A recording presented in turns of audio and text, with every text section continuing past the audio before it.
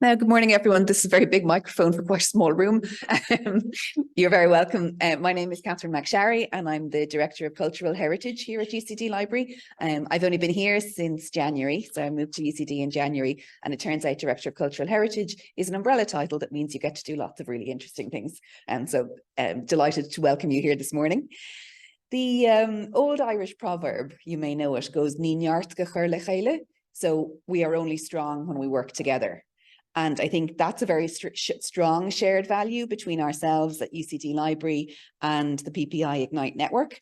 And it's one of the reasons we were so pleased to host the exhibition on our beautiful new refurbished level 3 for PPI and the Dublin Simon community, and of course to host the seminar today.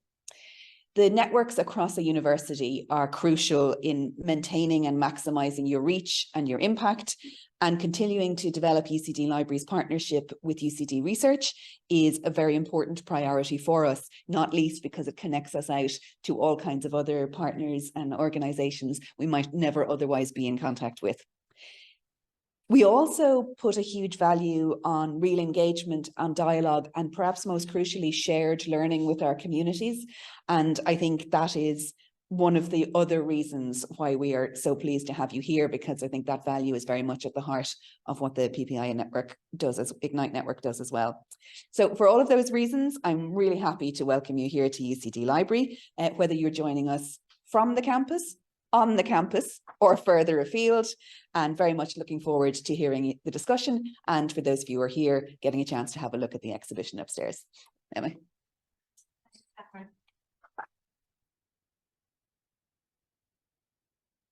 Fantastic, thanks very much, and you're very welcome to all of you that are here. My name is Emma Dorris. I'm the Programme Manager for the PPI Ignite Network. Today we're focusing on involvement of people experiencing homelessness in research. This is part of our wider remit at the PPI Ignite Network, which is really about moving the dial and recognising the value of knowledge beyond academic knowledge, the value of knowledge that comes from living with a specific experience, and how we can actually collaborate and work together for better research and better research outcomes, and research that really makes a difference. So I'm delighted to welcome today, I'm going to introduce all of our speakers at the start. I'm delighted to welcome our first speaker, who is Thilo Kroll. Thilo has a long history in public inpatient involvement. He's also the site lead for the PPI Ignite Network at UCD. He's a professor in health systems management here at UCD, and he's going to present on the design phase of a co-design project working with the Dublin Simon community. Our second speaker, we will then hand over to Sinead Casey, who is a psychotherapist and worked on the implementation phase of that Dublin Simon project. So we'll look at how the co-design actually went to lead into implementation. We are then delighted to be joined by Daniel Hoey, Kathleena Twomey, and Laurie O'Donnell from Focus Ireland, who are co-authors on the recently launched guidance on peer researchers in housing and homelessness. We will send the link on for that guidebook after this seminar as well. So we will be taking questions for all speakers at the end of the talk. Anybody joining online, please add any questions that you have via the Q&A or the chat function. We will have my colleague Dylan, who's going to be looking after the Zoom side of things. So thank you, Dylan. And without further ado, I will hand you over to Thilo. Okay, thank you, Emma. Thank you. Okay, it's a great pleasure to be here. So good morning, everyone, especially on this grim day. So hopefully we're in this nice and light space. So I'm beginning to finally wake up, even though I had a bicycle ride, to the university in the rain. But it's a pleasure to talk to you about this first piece of the study that we did around photo voice and co-design. And it's a pleasure to do that here in this space, because we have spoken about this piece of work in a number of venues, at an international conference. But also, I think it's very important that we reach out to our students, that we reach out to a very diverse audience, across Ireland as well. So very warm welcome also to everyone at online, who can join us remotely today. So So this piece of work came about just through direct conversations with our colleagues at Dublin Simon. And so we started actually to think about an opportunity to put in for a small grant application to the King Baudouin Foundation, which is an unusual funder for us, because it's a Belgium-based funder. It's not very well known, and they don't offer, loads and loads of money, but small pots of funding. And this came about during the time of COVID, and so they released something around wanting to know, how can we improve the mental health of young people during COVID-19, in that space. And we thought, okay, what do we offer at the moment, in that space for young people who are homeless, and how do they see their situation, their experiences? So that's how this started. And Emma mentioned the PPI Ignite network. So that's something that we seek to do with all our different partners. We have community organizations and people with lived experiences to really co-design and co-develop research projects and research ideas, that are meaningful to them and have an immediate impact. So that's a little bit of the backstory. Obviously, we sought for research ethics approval and received this. And just a little bit of background. I mean, we've seen actually, so the number of cases of young adults residing in national emergency accommodation between March 2020 and 2023 rising rapidly, and that's still going on, and now we're just facing another winter, and that's not going to make the situation much better.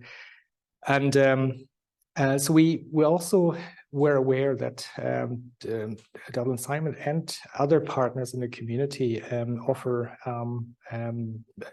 good supports, mental health supports. And for Dublin Simon, I think the Sure Steps program is one of the key mental health programs that they're offering. But the young patient cohort, or the young client cohort, I should say, has not received traditionally that much attention. So there was an opportunity to tap into that and expand the service and build on that.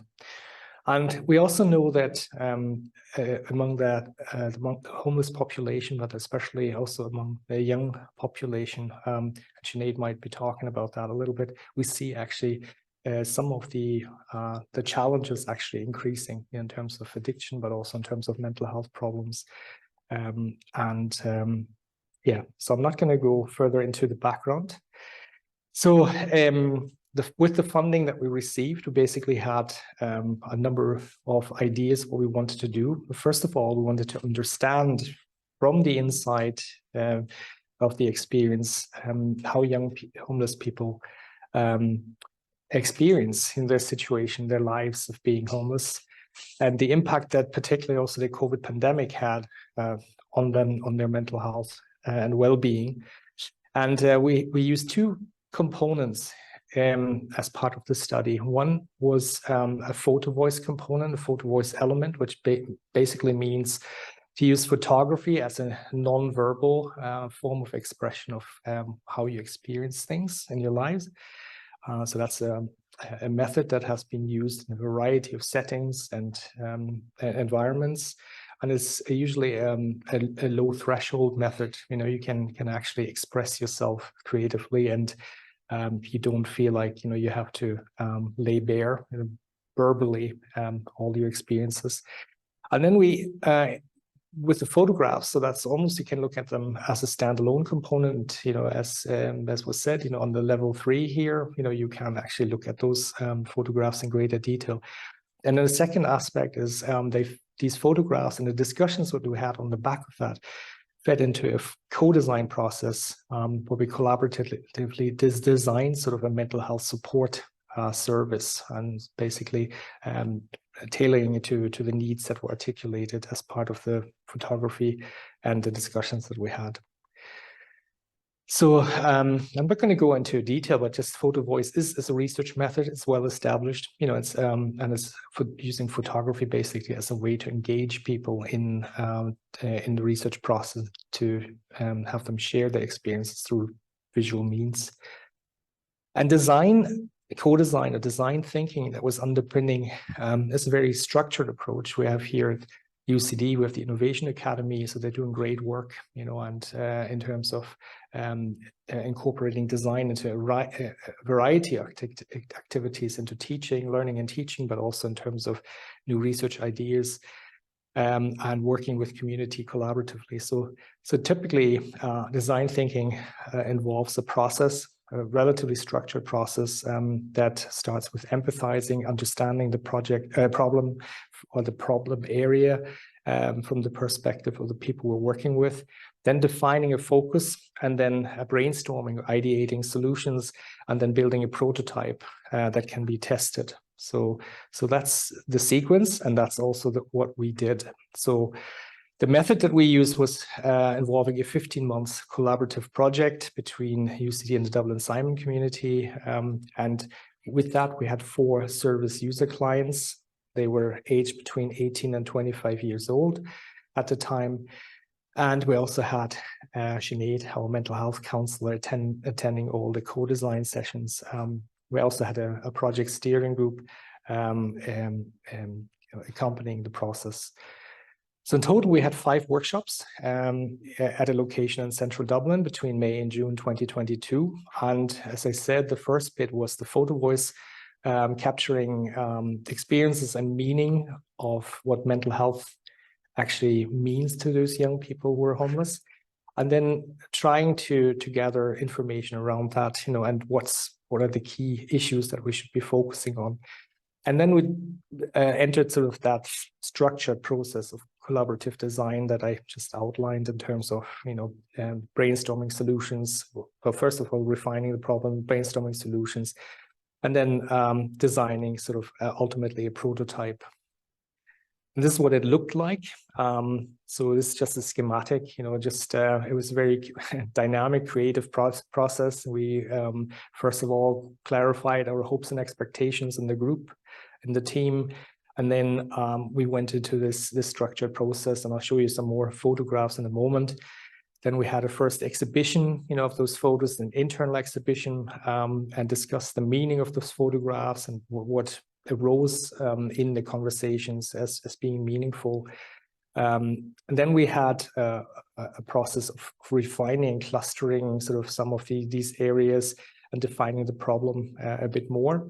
And then ultimately, I think we developed together this prototype of what that pathway or this service should look like. So just a snapshot of findings in terms of the photo voice, what helps young people to maintain their psychological health and well-being. And so the issue of having access to nature as a source of calm, relaxation, and meditation came out quite strongly. Being recognized as an individual, not as someone who's somewhere placed in that group, you know, by virtue of being labeled as homeless, as you know, having mental health problems or being misusing drugs, or but they wanted to be seen as individuals, and they wanted to have assistance with coping with loss experiences in their lives, you know, and something that is quite helpful, again, individualized and tailored to them. They also wanted to be seen not just as a victim in the process, but as someone who has control and a sense of agency, who can do things, you know, can make a difference. And they wanted to have a sense of belonging and connection, and also being challenged on their views. So they wanted to learn how to be open to different views, and also wanted others to be open to different views and perspectives around them. So some of these photographs, and they placed captions under them, you know, and so these are captions from the clients that we worked with, and we left that explanation to them, you know, and asked them basically what, if they wanted, they could share additional information with us. I think one dropped off here might have been, I think it was Nightlight, I think it's the one on the left. Must have the font must have changed a bit. And again, sort of the importance of nature. We had a health research symposium organized by Dublin Simon in March this year, and where some of these photographs have been exhibited the first time. And we talked about this piece of work for the first time. So key challenges apart from the ones that I mentioned that came out of the photo voice, that came out of the discussions in workshop 3 and 4, were feeling stigmatized, being constantly judged, and put into boxes and categories. Another one was a big chunk was around system navigation, feeling lost in the system, not knowing where to go, having to tell the same story about themselves over and over again, So the system is fragmented, they're disconnected, so they felt there was a need for helping them with the system. And then their strive for individuality and independence was not recognized adequately, so they felt they wanted more recognition of that. Then we talked a little bit about principles and values with them in that workshop 3 and 4. And these are some of the things that they said. Obviously, trust was a major factor. They wanted to see dignity, respect, privacy rights. They wanted a strength, not deficit focus, drawing on their knowledge, abilities, and competencies. They wanted to see growth and personal development focus. I wanted it to be person-centered, money to follow the person and the need, not just being sort of a blanket portion of money that is given either to a service or to them. Holistic, non-judgmental, and taking a long-term perspective. And I wanted commitment, not only on their part, which is often requested, but also commitment on the service, that the service is absolutely committed to fulfilling this. And then the integration aspect as well. So there was a further refinement, of some key characteristics. If we were to put these values and perspectives into a service, what would that look like? So, and what are some of the characteristics? Obviously, the deep listening, the empathizing is very important, but also wanted to be challenged. They wanted an age-appropriate focus of the service. They wanted a very informal, low-threshold way to be approached and to have an opportunity to talk about their lives. It's like a walk-in cafe. They were very keen on peer support. And then some things came up around what staff-focused approaches could look like, particularly as well, in terms of trauma-informed care, but also of staff, support staff, not being afraid, or care workers not to be afraid to go there, avoiding issues, but really being aware of them and connecting them to the appropriate service. So this is the prototype we worked with them on. You can't see it in greatest detail, but again, we used some creative methods. I got a lot of ways to cut out things, and we divided it into the preparation and how to access the service, what the service itself looked like, and then what outcomes they might see. And we can group that into the 3 bigger areas around the communication. How do we reach out to them? They wanted to see the mobile phone as a major source of getting connected, and reminded of maybe opportunities for this low threshold service and appointments. The environment, so an informal, a low threshold drop-in, like a big space that also had some social activities in it where they could connect. And then processes, they wanted to be, continued involved in co-designing and refining, whatever is being developed. They wanted to see personal development plans that are needs matched. And they also suggested that, because we have a shortage of mental health professionals, that actually trainee counselors would have a space there, that could be involved in this low threshold service as an initial point of contact. So the next steps, so I think it has now been implemented. Sinead will talk a little bit more about that, and the initial feedback has been quite positive. So, and there's a report that has been written, which is free to download on the website, Dublin, Simon. And yeah, stop here. I think I'm out of time. So I'm happy to answer questions maybe afterwards. Yes. Yeah. Okay. Yeah. Okay. So thank you very much. Perfect. Great. So anyone who has, I suppose, heard me speak before or anything, don't work with slides. It just doesn't work for me. And I love to ramble, so it works that way. So I'm here to talk about the implementation of the co-design. So I am going to give little anecdotes, and they were all given by approval by the guys that I was working with. And I say guys, but there was girls as well. So Thilo touched on a couple of really, really important pieces there about what they were looking for, basically in a therapist. And one of the main things was they wanted somebody that was able to talk about their trauma. They felt that they had gone to previous services who were afraid to talk about experiences maybe with TUSLA or sexual assault or this or that. And they just felt I think they felt a little small in those rooms, that they wouldn't be able to articulate how difficult it was for them, or that they wouldn't have the right words, or they wouldn't have this. And they said they would really struggle when they'd be like, oh God, I'm really sorry that happened to you. And they're like, yeah, no shit, Sherlock, like, you know, and it really used to bother them to the point where they wouldn't open up with counsellors around it. So for me, I suppose I really took that on board when I tried to implement the service in terms of kind of challenging them. Like a funny one, I had a guy who used to come in all the time and he would say, Sinead, I'm not going to lie to you now. And every time he said it, he would tell me a lie, every single time. And I was just kind of waiting for it. And I knew my smirking was kind of happening. And I just said to him, I said, you know, every single time you say that, I know you're going to say something that's not the truth. And he was like, really? And I was like, yeah. I was like, it's such a tell. And we kind of spoke around it, that I said, it really doesn't bother me that much that you lied to me. I get to go home, like it's actually not that big of a deal. But I said, if you feel like you can get away with lying to me, then you're going to continue to tell yourself that narrative, you know, and you're not going to understand maybe the deepness of what is kind of going on for you. And I said, this is your space, like this is your time, you're involved in this project. You want me to challenge you? This is me challenging you. Like, let's talk about this, what's kind of going on.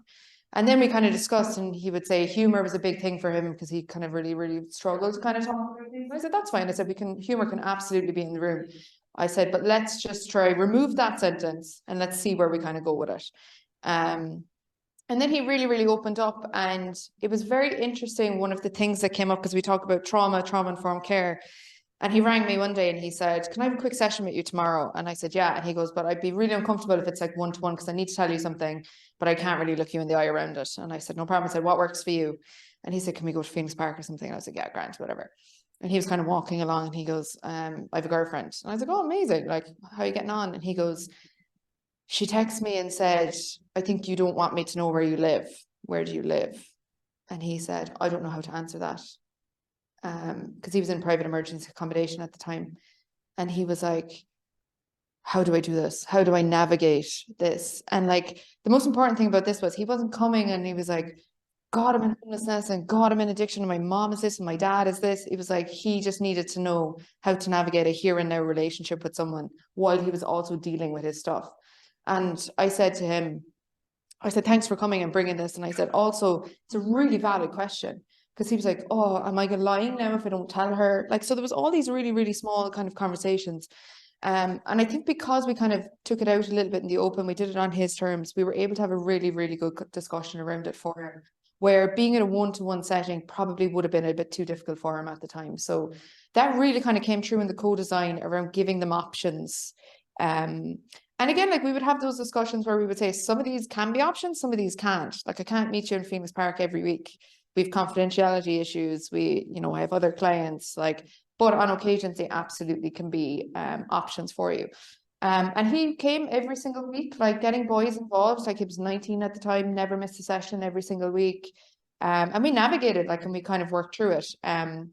So that was really, really important to show about the options that are available for them. And I suppose I had the privilege of working alongside kind of Thilo and Kate and my own manager to allow me that flexibility to do that. You know, within that role, it's a bit difficult, my own safety issues, the client safety issues. So it was really nice to have that kind of support. And we kind of relayed that to the guys around, this is the prototype you're looking for. I know you want X, we might need to give you X, Y, and see how we kind of get on with it.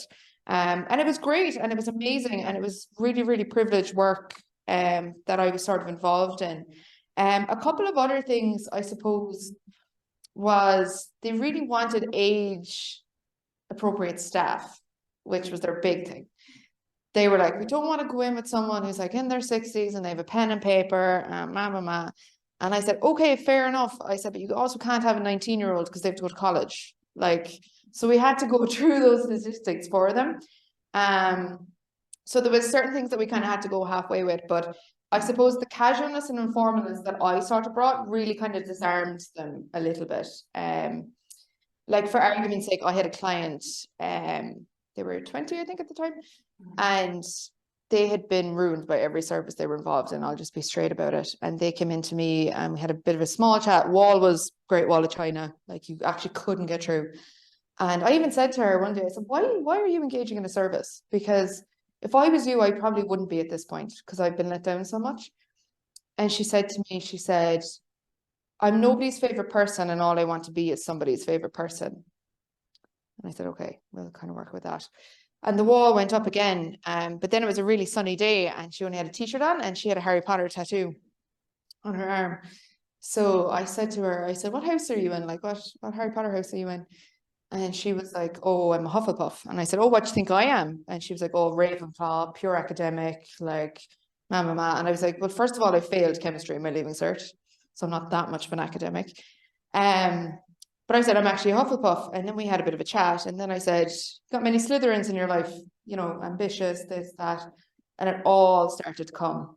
The mom, dad stuff, the sibling stuff. I'd come across a book of a woman that had written a book called Harry Potter Therapy, where she had gone through that the Dementors were the depression in her life, and using this particular spell was for this and for that. And so I actually had it myself at home, so I gave it to them on the day, and it was a real game changer. As Thilo sort of said there, when we used the photo voice for that non-verbal communication, with them, that was really important, not to go straight in and be like, you need to tell me that your mom is doing this. Like, we needed to have some sort of buffer there for them to be able to work that out, work me out, if they trust me, if they don't trust me. And that was a huge way of coming into it. That same client, I think, came 60 or 70 times. And towards the end, sort of said, I have an idea for a session. And I said, okay. They were like, we might have to put together a bit of a proposal to get her over the line. And I was like, okay. I said, my manager's fairly straight, like it should be all right. And they're like, I want to do a session in the zoo. And I said, right, okay, we're probably going to have to come up with something. So I said, you do it up. I said, do 5 or 6 points about why you feel a session in the zoo would help you. And they had gone back to be doing veterinary care. And they said, I have come to your space for the last 52 weeks. I've traveled all this way. I've sat, I've disclosed everything. I would feel really comfortable in the zoo, and I want to teach Sinead about animal behavior because Sinead's been teaching me about human behavior. So anyway, luckily enough, my manager said, yeah, absolutely, go for it. So we did it. We did it for about 2 hours, and it was incredible, to say the least. They spoke about the imprisonment of the animals and how that's how they felt in their emergency care. They were able to say Lone Wolf does this because they don't trust XYZ. This is in my family, this is in my family, this is in that family. I mean, my case notes could have been an essay after that session, to be honest about it. And again, one, they trusted, obviously. I was lucky enough to have the privilege of being able to kind of work flexibility wise. But also it was on their terms. We had asked them, our whole thing of this whole project was, what do you need? What do you need this counselling service to look like? Tell us, we'll give it to you. We'll see if it works. So that was one of the main points of, they had put in the work. They had put in 50 solid hours sitting in a one-to-one session, undone by services like, I mean, I can't even begin to describe. And then they also had the confidence to be like, can we do this? They felt comfortable to say that to me and then to try implement it. And they were willing to take the reins on that because it was important to them. And my whole piece about working with them, as I always said to them, is your empowerment piece. You know, I would have worked a lot with kind of the older adults experiencing homelessness, and the differences were huge. The fire's not gone in those 18 to 25-year-olds. They love to challenge. They still get excited about things. They're not in long-term addiction. They see a brighter light than maybe somebody who's in their 50s or 60s. They have so much to give. Creativity wise, like as we talked about the photo voice, the front of our brochure, the client just painted that I said, we're doing a brochure. They were like, I'll paint it. So that lighthouse and everything was them. So really it was so much more about being able to just listen to what they needed and what they hadn't got previously, and being able to kind of implement that for them. And when we did implement that for them, we saw self-harm went down, ambulance call-outs went down, they were talking to project workers more, they were engaging in college classes, they were, you know, they were coming in and they were quite excited about things. And one other thing that I suppose with the empowerment piece that I really wanted to teach them was their housing was out of their control, unfortunately. They could be moved at the drop of the hat, but if they were looking for sources to heal, you know, the mindfulness, the meditations, you will always find a tree, you will always find a river. If you're in Dublin, Cork, Toronto, it doesn't matter where you are. So for me, it was around giving them that. So that was their stability, even if their house was taken, or even if they were back on the street, or even if there was something else, they had their places to go. So in our sessions, we would create that space, but it would be somewhere near them.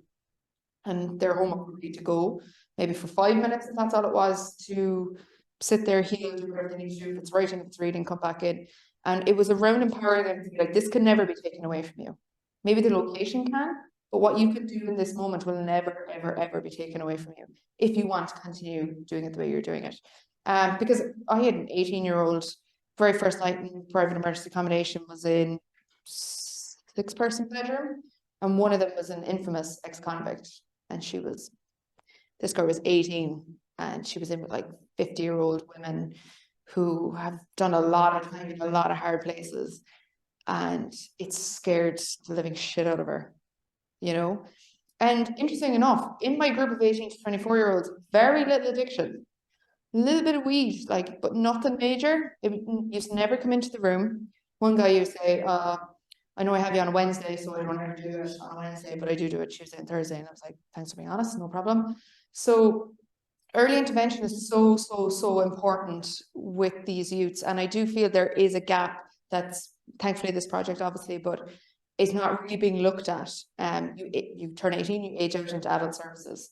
And there's no real kind of progression step for them, whether that's in housing or kind of even sort of education wise as well, that it needs to be specific for them, because they're a very different cohort that needs very specific different things. And they like to, like, I don't know, what's the cost, like 90 grand to have somebody in for a year? Believe me, my salary was not 90 grand. And I think I spoke to, I don't know, did we do 500 or 600 euros, I think, Thilo at the time, of one-to-one support for them, where, as I said, those call-outs were down, they were in colleges, they were in this. So I know counselling is a funny one because we don't really get the stats on it. And for me, working with the guys, I probably won't know how well they've done until they're in their older kind of relationships. But that was such a part when they were like trusting me. I was like, well, I trust you to take what we've done and to do something with it and to make something of it. And there is one or two that's not in homelessness anymore. And there's one that's moved to go to college in Galway. So there was huge strands made, and it all came down to, we all sat, us, Thilo, Kate, you know, Trish, Rachel, everybody, and just said, what do you need? Like, what does the service need to look like? Tell us, we'll implement it. And it's been running now, like it's been running now for 2 or 3 years probably at this stage, and engagement is high.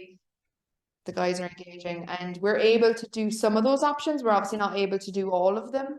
Like, it would be lovely to get like a separate space for them like that, but you know, that will hopefully come down the line. And I know for a fact that it was interesting when the project ended, they sort of didn't want it to end. Like, they wanted to keep kind of, you know, the workshops are coming to an end. They were like, oh really, like, will we in 6 months time we go see them again? They really took on the project. And when I was doing the brochure and I was like, do you want one of the brochures? And they were like, no, like, it was really like, no, I'm way too cool for this brochure thing. And I was like, okay, no worries. And then I kind of brought them into session and I just had them up on the table. And one of them said, can I take one? I was like, yeah, you can take one. So every one of them took it. And one of the guys texted me after session and he said, I've never seen my words written like that. And it was a huge moment for him. He was published, you know, his words were there. And it was in a really hard setting. Like, this is mental health. Like, this is open your soul to somebody when you were trying to keep it together. So I can only commend them, really, to be honest. So yeah, as I said, I'd like to ramble a little bit, but that's kind of the bones of it. basically. So yeah, that's me. Thanks very much, Emma. How's it going, everyone? I'm delighted to be here today and to be invited to this really worthwhile event. We're going to speak about peer research in Focus Ireland. So it's something we've been doing for around 8 years or so. So we've a lot of experience, a lot of learnings, and we produced a best practice guideline book, I think 2 years ago now. So we'll speak to this. So this is going to be quite practical in terms of the content. So I'm here with Kathleena, who's a peer researcher, and Laurie, who's a research officer, and we make up the research team at Focus Ireland. So in terms of presentation outline, I'm going to give a brief introduction to Focus Ireland, peer research and the peer research programme. Kathleena is going to speak to a case study of a research project she recently worked on and her input to that project.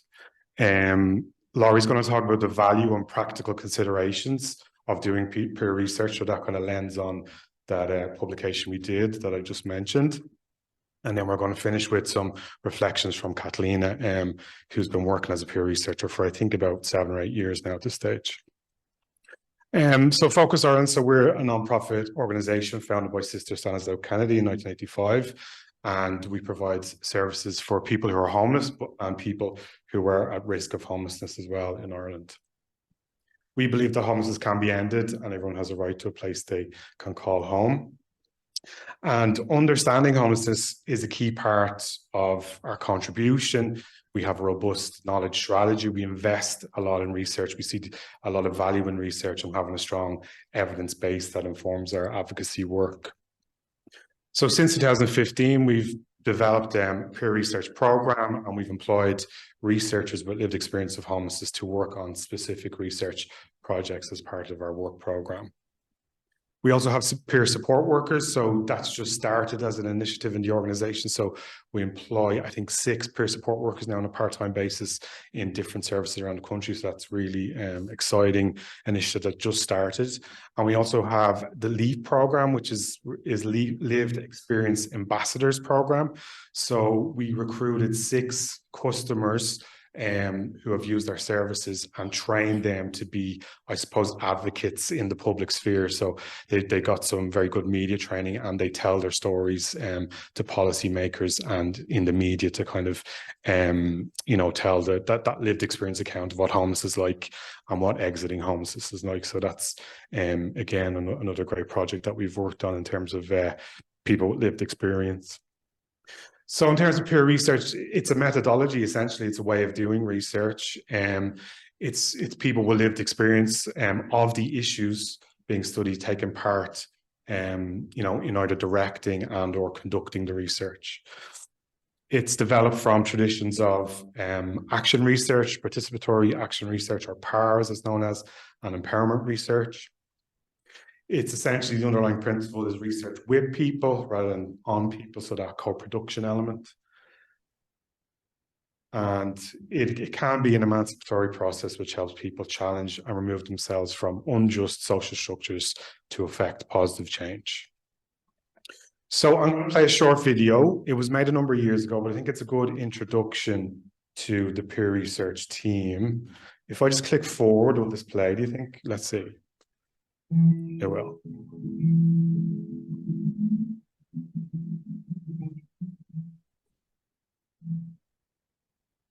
My name is Emma, and I've been 4.5 years ago. I'm in medicine, and recently I found out that I've been living in the support health and raising.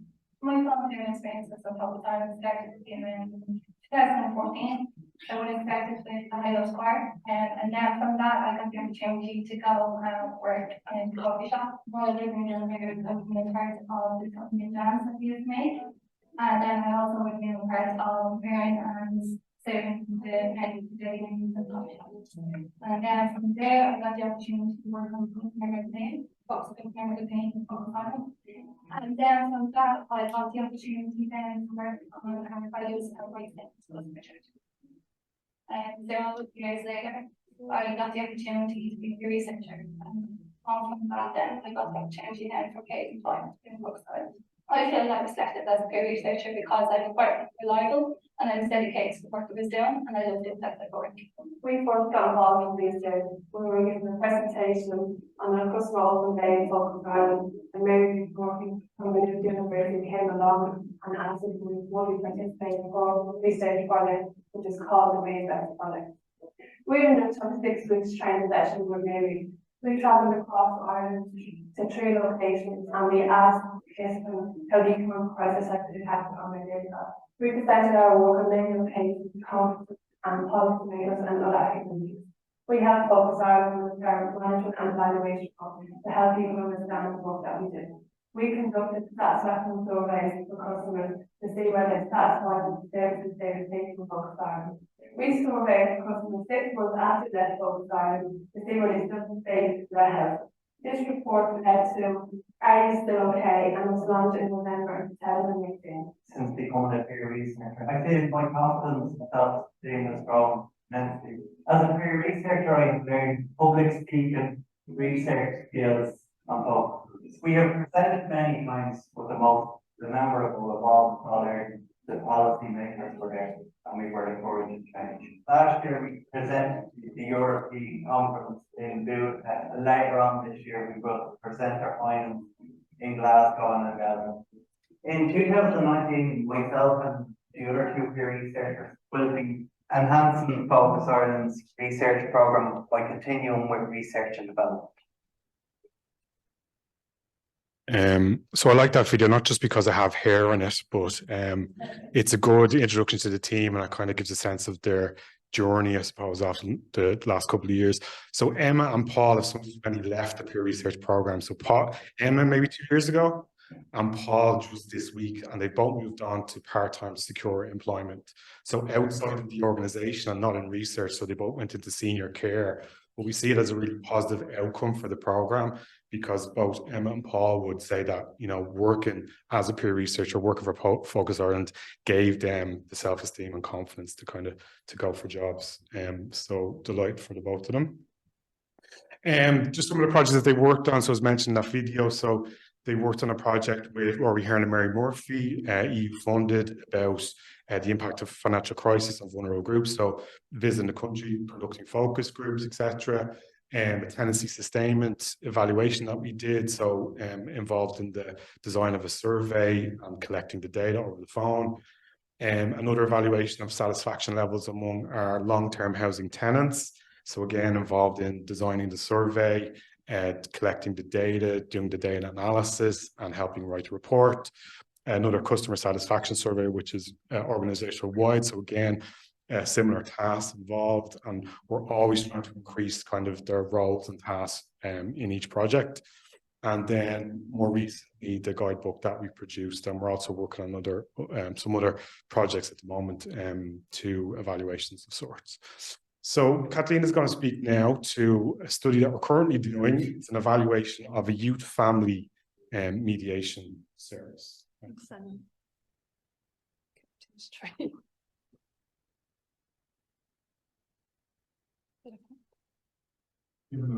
Yeah. So it's a research project to explore the impact of the Youth Family Mediation Service. The service provides mediation at crisis points for families aimed to prevent young people from becoming homeless. The evaluation will consist of 8 young people and their families, staff, and key stakeholders. This project was led by Dr. Sarah Sheridan. She was the lead independent researcher. Sarah was looking for a peer researcher to be involved in this project, and that's how I became involved. And the dedicated advisory committee on the study asked for a stronger participatory dimension to the design and ethical considerations of an evaluation of the Focus Ireland Youth Family Mediation Service. This was a study which was extremely sensitive, as it was asking young people who had experienced a lot of conflict at home, and some of whom were under 18, how they found the service. I was drafted in as a consultant to the study to ensure the study was carried out sensitively and appropriately. I was selected because of the following reasons. Through the Focus Ireland peer research programme, I was trained in research methods and had also a lot of experience in other research studies. which have given me on-the-job experience of how to carry out research sensitively and ethically. I have had experience of homelessness in the past. As a child to adulthood, I have had experience of the care system in Ireland. My involvement in these projects was because of my own personal journey. Having grown up in the care system and relying on support accommodation gave me a different lens. It helped me connect with the people we wanted to talk to in a way that others might not. My role was not just about gathering information. It was about making sure the research felt authentic and honest. I was there to ensure everybody felt safe and heard, particularly since I could empathise with the challenges they might be facing. My role: information sheets, making it warmer in tone, simplified the language, inserted emoticons and offering information on support services they might assist them after the service. Research instruments, shortening the interview, knowing that young people may not have the attention span for an hour-long interview, making the questions clearer, more emoticons, warmer and less formal tone to the questions, and introducing the option of following up with WhatsApp texts, audio notes, video calls. This recognised that the young people may be more comfortable with phone, text communication, and also considers they might have thought of things they want to share after the interview is completed.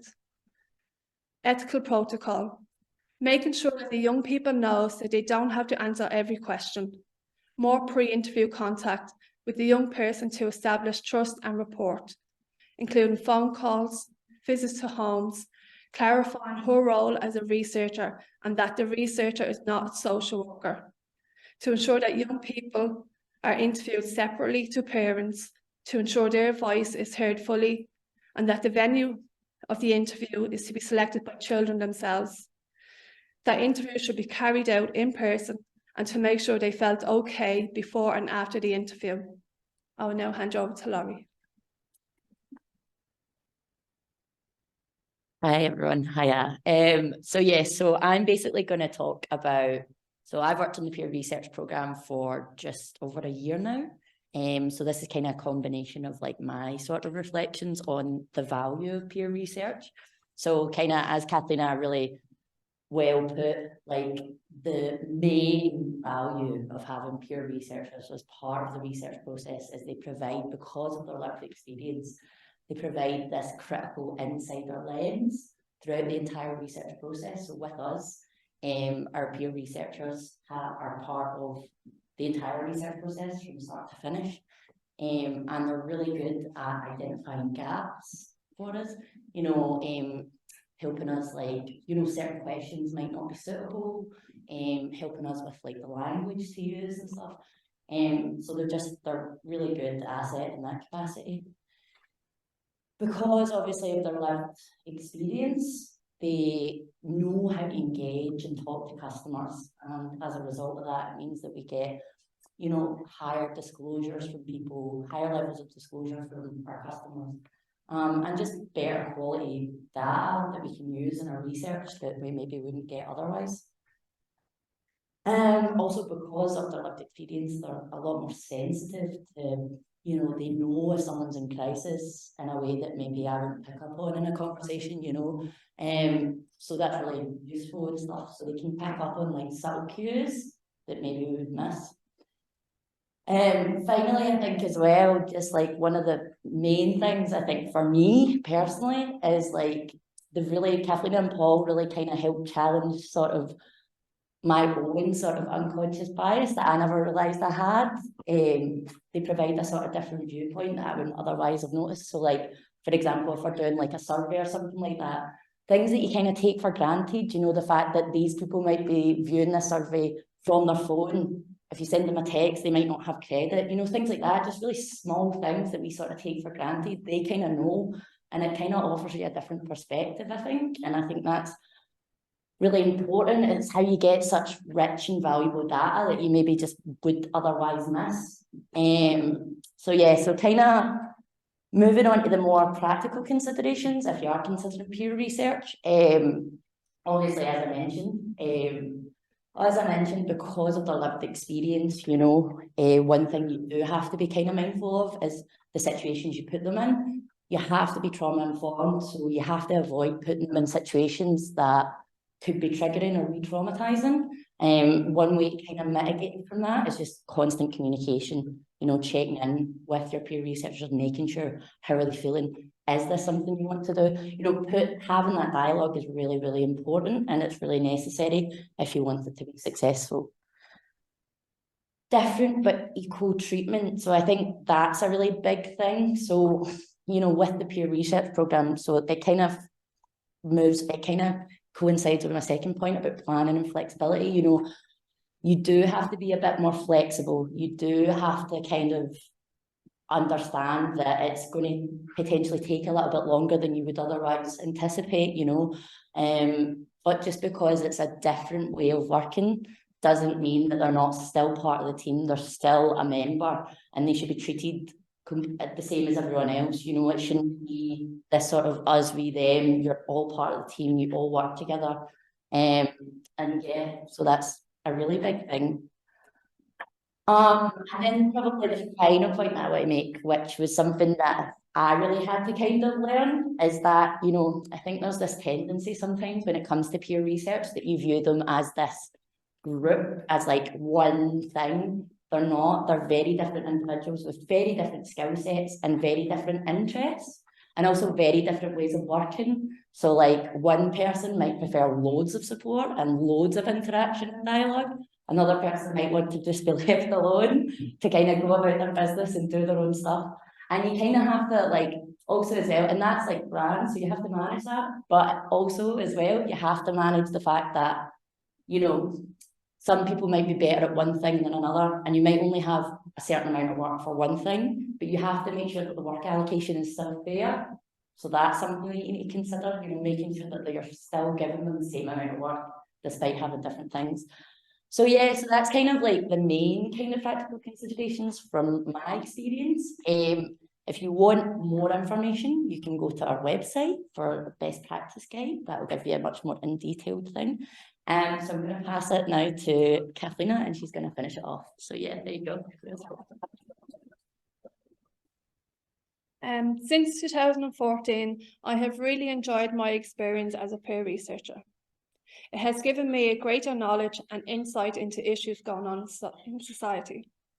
It has given me an opportunity to be part of a team and to learn from my colleagues.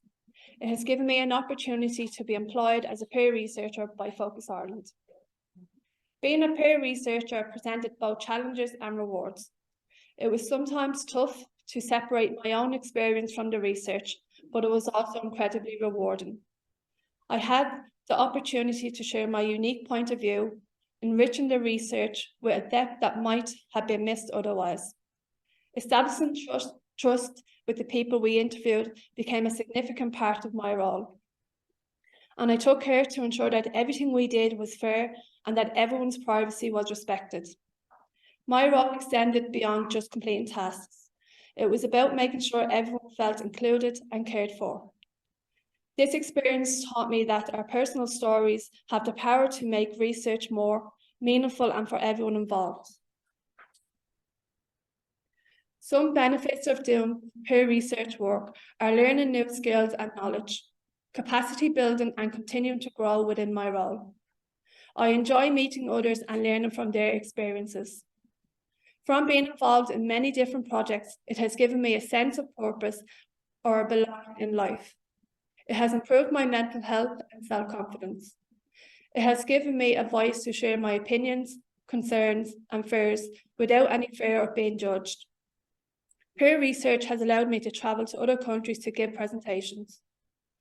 Some challenges for me were due to my own lived experience of the research topic itself.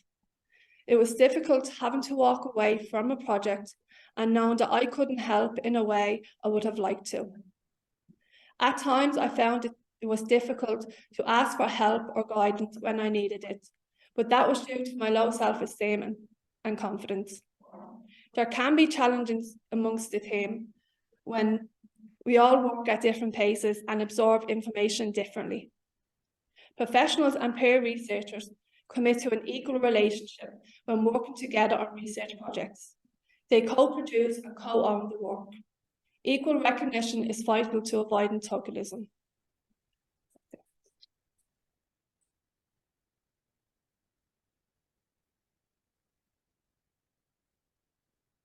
Fantastic. Thank you so much for that. That was really, really interesting. Thanks to all three of you. I think we have time for one or two questions. So is there any questions from the room? I see there's a couple on Zoom. So we have a question from Michelle Connolly. All presenters were excellent. Thanks so much. Question to all panelists. What do you think is needed as a next step to really promote and embed PPI in research and policy work in Ireland? So who would like to, so I might start with Thilo on that one. What's needed, I think, is a clear commitment. I think so. I guess we could start from a number of areas. I think in terms of raising awareness, and I think events like this today, I think demonstrate also the last presentations that we just heard. The power of co-design, co-development, co-production, is just enormous, and the impact, that this kind of work has, in practice, I think is great. So telling those stories, I think, is quite powerful, and it's good to see that there's also a guide there, that could be used.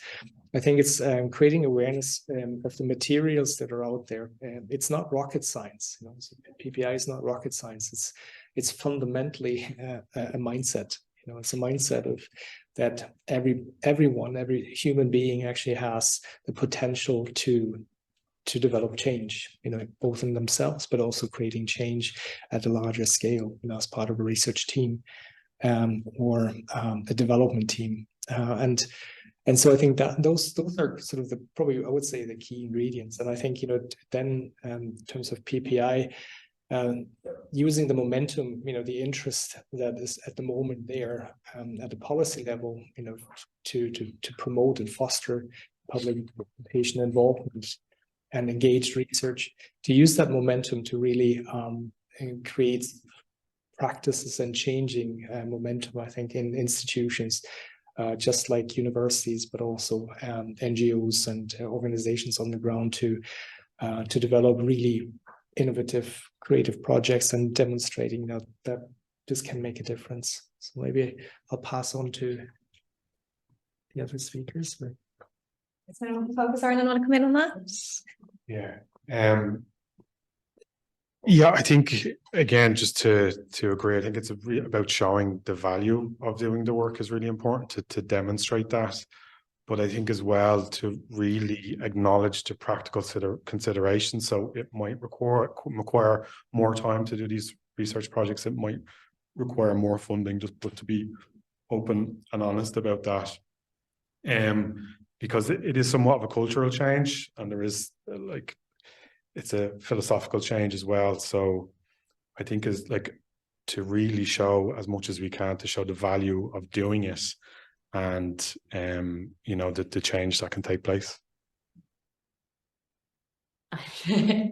Yeah, no, just to kind of echo what Dan says, it is a different way of working, and I think one of the things you have to be really conscious of is to make sure that it's, the power dynamics and stuff like that, it won't work conducively if you think there is this hierarchy. It really won't, and you really have to kind of take a completely different view of working, but in doing so, you just get much better quality research throughout of it, and just much more engagement from the people that you want to speak to. And I think as well, it's very empowering for customers and stuff. And I think it's, at times, it can be quite a source of inspiration for them to see people who have went through what they've went through, and they're on the other side, as it were, without using a cliche. So I think, it's